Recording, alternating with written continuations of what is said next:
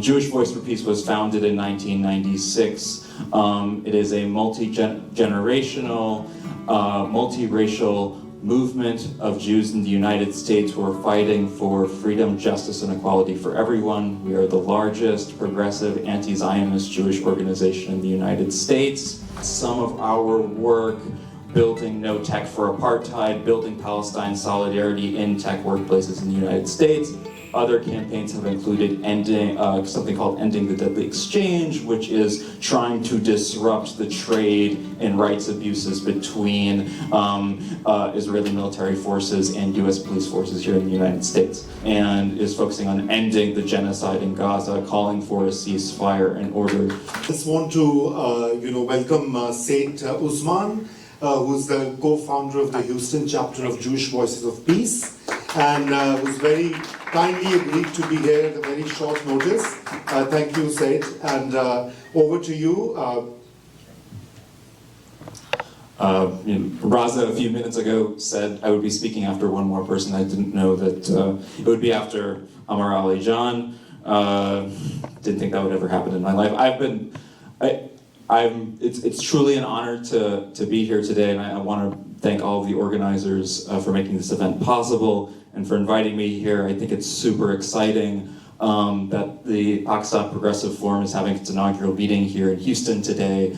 As someone who's a Houstonian, I think spaces like this are going to be really, really crucial in rebuilding a serious and fighting left, both in Houston and in the United States more generally. I think there's a huge amount of, I think the social movements in Pakistan, the leaders that they have produced, if you've just heard, have a tremendous amount to teach social movements and activists here in the United States. And I think this space is just a precious one that I hope can be, that everyone in Houston really contributes to and helps elevate in the coming years and months. As Raza said, my name is Seth Uzman. I'm a graduate, I'm a PhD student at the University of Houston in the history department. I'm a Jewish Palestine solidarity activist. I got involved in the movement 10 years ago at the University of Texas and founded Jewish Voice for Peace here in Houston in 2021 during the Unity Intifada during the summer of that year. I'm just going to keep my comments brief because I know that we're running a little bit over time. I'm going to condense the remarks that I had here today. I'm just going to tell you a little bit about JVP, what our organization is, and just offer some thoughts on where the movement is nationally and locally in this moment, which is under circumstances that could not possibly be worse. Jewish Voice for Peace was founded in 1996. It is a multi-generational, multiracial movement of Jews in the United States who are fighting for freedom, justice, and equality for everyone. We are the largest progressive anti-Zionist Jewish organization in the United States. And we organize off of a principle that's actually very old, and it's off the principle that safety doesn't come from above, doesn't come through states. Safety comes from below, it comes through solidarity with other social movements at the grassroots against all forms of oppression. As we said during the pandemic, we keep us safe. None of us are free until all of us are free. And that is the principle that is the motivating principle behind all of our organizing activities, both locally and nationally, and grounds all of our programmatic and political commitments. Many of you, over the past several years leading up to this moment, our work has included being in the thick of the Palestine solidarity movement, building the BDS movement here in the United States. Some of you may have heard about some of our work building No Tech for Apartheid, building Palestine solidarity in tech workplaces in the United States.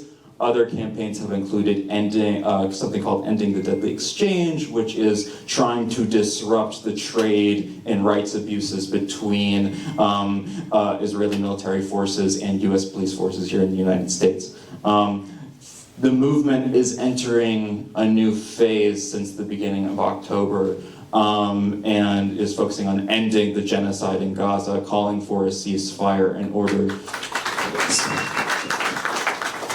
Many of you have heard of JVP. likely through the largest Jewish solidarity protests for Palestine that was organized in DC in mid-October, outside the Capitol and then also outside of the White House. We also shut down Grand Central Station in New York City. This action was then copycatted internationally in London in the following weeks. And I think these actions are very important for a couple of reasons. Number one, they're an example of the kinds of actions that need to be generalized, built up, escalated, and build popular support for more generally in the movement right now. They also are very important for the message and analysis that they produce. I think the demonstration at the Capitol in DC in mid-December was useful because it really posed the question of why the United States is so committed to Israeli settler colonialism and Israeli apartheid. And that demonstration, with the image of police forces arresting hundreds of Jews occupying the Capitol, demonstrated that the U.S. state doesn't support the Israeli apartheid state and Israeli settler colonialism because of a concern for Jewish safety. It's because, as Tabitha said very, very clearly a few minutes ago, that as Joe Biden said in the early 70s, if there wasn't an Israel, the United States would need to create one. Israel represents an outpost for U.S. imperialism as an instrument for organizing the region for U.S. interests, for disciplining Arab states that fall out of line, and helping to suppress popular democratic social movements that emerge in the Middle East. And that's really important because I think it really clarifies what is going to be necessary over the next weeks and months in building a serious mass movement that can stop the genocide and fight for liberation. I will say, despite the situation on the ground, over 12,000 Gazans have been murdered, over 6,000 children. Despite the situation on the ground, I think it's important not to underestimate what the mass movement so far has accomplished. The mass movement that is not just limited to the United States but has taken place internationally, I think was responsible initially for the delay of the ground operation by the IDF. They were totally taken aback by the mass movement in the streets during the early days of October. And it's also the case, and I think this is the most significant news in the past 8 days or so. Over the weekend, Emmanuel Macron, this was not something I expected, and I'm no fan of his, actually issued a call for a ceasefire. Now, there were two reasons for this. One, it has to do with the fact that the almost performative violence that the Israeli state is engaging in terms of targeting reporters and targeting hospitals, targeting violating all international norms through a kind of escalation of violence. That was one thing that I think is making some of Israel's allies get a little bit nervous about what the consequences of that might be. Another thing is that the movement in France has really kicked Macron's teeth in. Every week he has tried to ban the protests in the streets, and every single week the protesters come back on the streets in greater numbers and defy the ban. And that's the kind of determination and perspective that we need in terms of building a serious movement here in the United States. And I think right now we need to think seriously about what it's going to take to raise the temperature in the streets and to bring the energy in the streets into workplaces. And transitioning into sort of a local picture here, a few weeks ago I spoke at a vigil for Gaza that was organized by healthcare workers in the Texas Medical Center here. I used to work there as a medical scribe a couple of years ago during the pandemic. Despite the fact that this was by far, this is not by far not the largest demonstration that has taken place in Houston, it was without question a unique one and perhaps one of the most significant actions that's been organized in Houston because it's an example of healthcare workers in an industry bringing the politics of Palestine solidarity into their workplaces and trying to disrupt the norms. And I think that's really important for us, for this forum and for all activist organizations here in Houston. I mean, the Texas Medical Center is the largest medical workplace in the world. It is a city, it has over 100,000 employees. It is also a kind of political leader in the healthcare world. During the pandemic, what the Texas Medical Center did around pandemic rules set the tone for what hospitals were doing around the rest of the country. And I think activists in Houston need to start thinking critically about building networks with academics, healthcare workers, teachers, folks in industries where we can start thinking critically about how we can bring Palestine solidarity into our workplaces. And I think professionals, and particularly healthcare workers, and teachers as well, and academics, actually have a really, really unique role to play in some of this. And it's true. They don't produce the bombs that are dropped on Gaza. They don't produce the component parts of the F-16s that the US military delivers to the IDF. What they do produce, though, are the basic needs of a just society. And I think we need to start putting forward the argument as loudly as possible that every bomb that is dropped on Gaza is a school that is not built here. Every component part of every F-16 that is delivered to the IDF is a hospital that is not built here. It is a house that is not built here. It is healthcare that is not provided. I think one of the best analogies for the moment and the kind of crisis that we are living in right now is the late 60s when the United States was escalating bombing in Vietnam.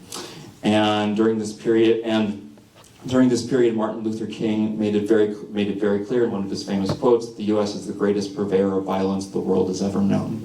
And he was trying to make a connection between when we fail to fight for a different kind of society in the United States, we end up destroying societies elsewhere.